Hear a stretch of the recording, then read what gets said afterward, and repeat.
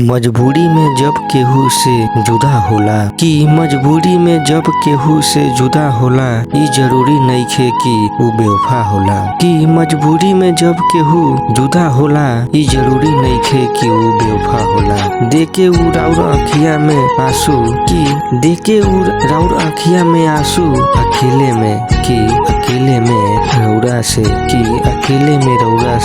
ज्यादा उड़ोला कि अकेले में रौरा से ज्यादा उड़ोला कि अकेले में रौरा से ज्यादा रोएला।